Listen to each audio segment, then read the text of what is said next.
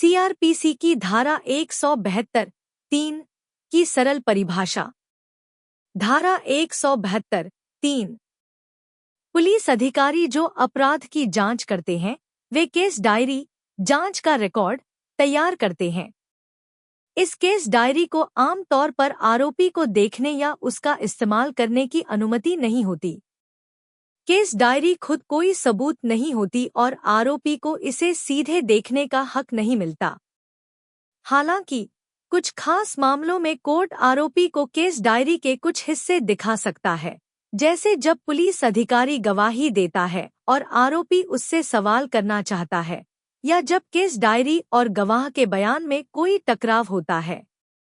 आसान उदाहरण, मान लीजिए कि पुलिस ने एक चोरी के मामले में जांच की है और एक केस डायरी बनाई है जिसमें उन्होंने सारे सबूत, गवाहों के बयान और अपनी जांच के नोट्स लिखे हैं। आरोपी को यह पूरी डायरी नहीं दी जाती। लेकिन अगर पुलिस वाला कोर्ट में गवाही दे रहा है तो आरोपी या उसका वकील कोर्ट से कह सकता है कि उसे उस गवाही से जुड़ी केस डायरी का वो हिस्सा दिखाया जाए ताकि वह पुलिस वाले से सवाल कर सके। इसका मतलब है कि आरोपी को पूरी डायरी नहीं बल्कि सिर्फ जरूरी हिस्सा ही दिखाया जाएगा और यह फैसला कोर्ट करेगा कि कौन सा हिस्सा दिखाना है। पैराग्राफ में समझें। भारतीय दंड प्रक्रिया संहिता की धारा 172(3) के अनुसार पुलिस द्वारा तैयार की गई केस डायरी आरोपी को सामान्य तौर पर नहीं दिखाई जाती और न ही इसका इस्तेमाल आरोपी स्वतः कर सकता है। केस डायरी खुद कोई सबूत नहीं होती, बल्कि यह पुलिस की जांच का रिकॉर्ड होती है। हालांकि कोर्ट कुछ खास परिस्थितियों में केस डायरी के सीमित हिस्सों को आरोपी के सामने ला सकता है, जैसे जब पुलिस गवाह के तौर पर पेश हो और आरोपी को उससे पूछताछ करनी हो, या जब गवाह के बयान और केस डायरी में कोई विरोधाभास हो। ऐसी स्थिति में न्यायालय यह तय करता है कि केस डायरी का कौन सा हिस्सा आरोपी को दिखाना उचित होगा। पूरी डायरी आरोपी को नहीं दी जाती क्योंकि यह जांच प्रक्रिया का एक गोपनीय दस्तावेज होता है।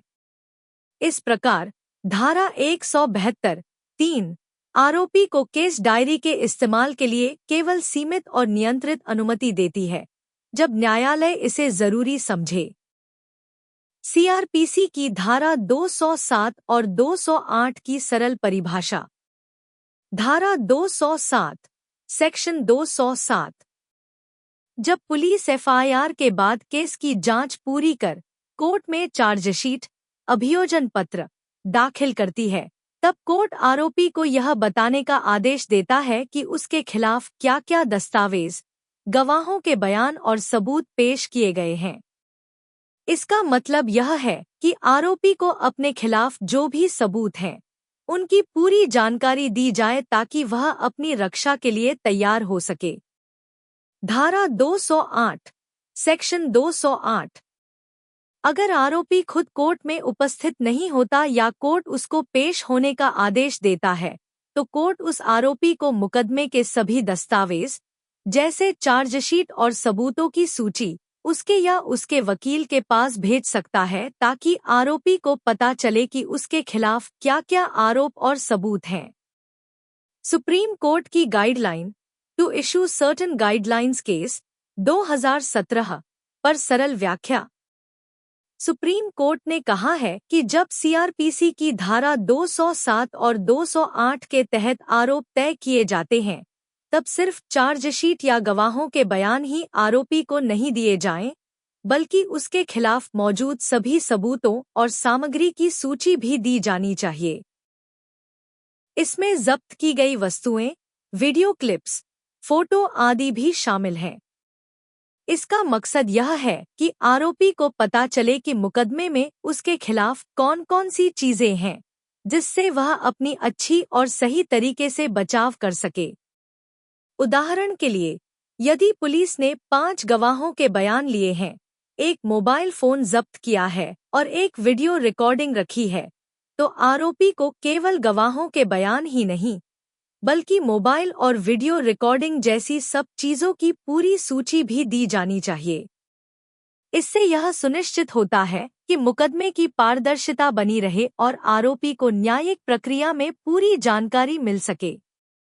सुप्रीम कोर्ट ने यह स्पष्ट किया है कि आरोपी को केवल दस्तावेज नहीं, बल्कि सबूतों की संपूर्ण सूची भी मिलनी चाहिए ताकि उसका हक सुरक्षित रहे। आईपीसी की धारा 377 भारतीय दंड संहिता का एक खंड है जो किसी भी व्यक्ति के साथ प्रकृति के विरुद्ध यौन संबंध बनाने को अपराध मानता है। इस धारा के तहत किसी भी व्यक्ति, पुरुष, महिला या पशु के साथ ऐसे यौन संबंध को दंडित किया जाता है जिसे प्रकृति के विरुद्ध संभोग कहा गया है। यह धारा मूल रूप से समलैंगिकता को भी अपराध मानती थी क्योंकि उसे प्रकृति के विरुद्ध माना जाता था। लेकिन 2018 में सुप्रीम कोर्ट ने इस प्रावधान के उन हिस्सों को असंवैधानिक घोषित कर दिया जो दो वयस्कों के बीच सहमति से होने वाले समलैंगिक संबंधों को अपराध मानते थे। वर्तमान में भारत में दो वयस्कों के बीच सहमति से समलैंगिक संबंध कानूनी है, जबकि धारा 377 के अन्य प्रावधान जैसे कि जानवरों के साथ यौन संबंध या बिना सहमति वाले यौन संबंध अभी भी दंडनीय है। इसके अलावा प्रस्तावित भारतीय न्याय संहिता (बीएनएस) में धारा 377 के समान कोई प्रावधान नहीं है। दिल्ली उच्च न्यायालय ने इस संदर्भ में स्पष्ट किया है कि आईपीसी की धारा 377 के तहत वैवाहिक संबंधों को अपराध घोषित नहीं किया जा सकता। अदालत ने कहा कि पति के खिलाफ इस धारा के तहत आरोप तय नहीं किए जा सकते। दो वयस्कों के बीच सहमति से होने वाला मौखिक या गुप्त मैथुन, ओरल या एनल इंटरकोर्स, जो निजी स्थान पर होता है, आईपीसी की धारा 377 के तहत कोई दंडनीय अपराध नहीं है। इस निर्णय से यह स्पष्ट हुआ कि वैवाहिक जीवन में ऐसा संबंध कानून के दृष्टिकोण से अपराध नहीं माना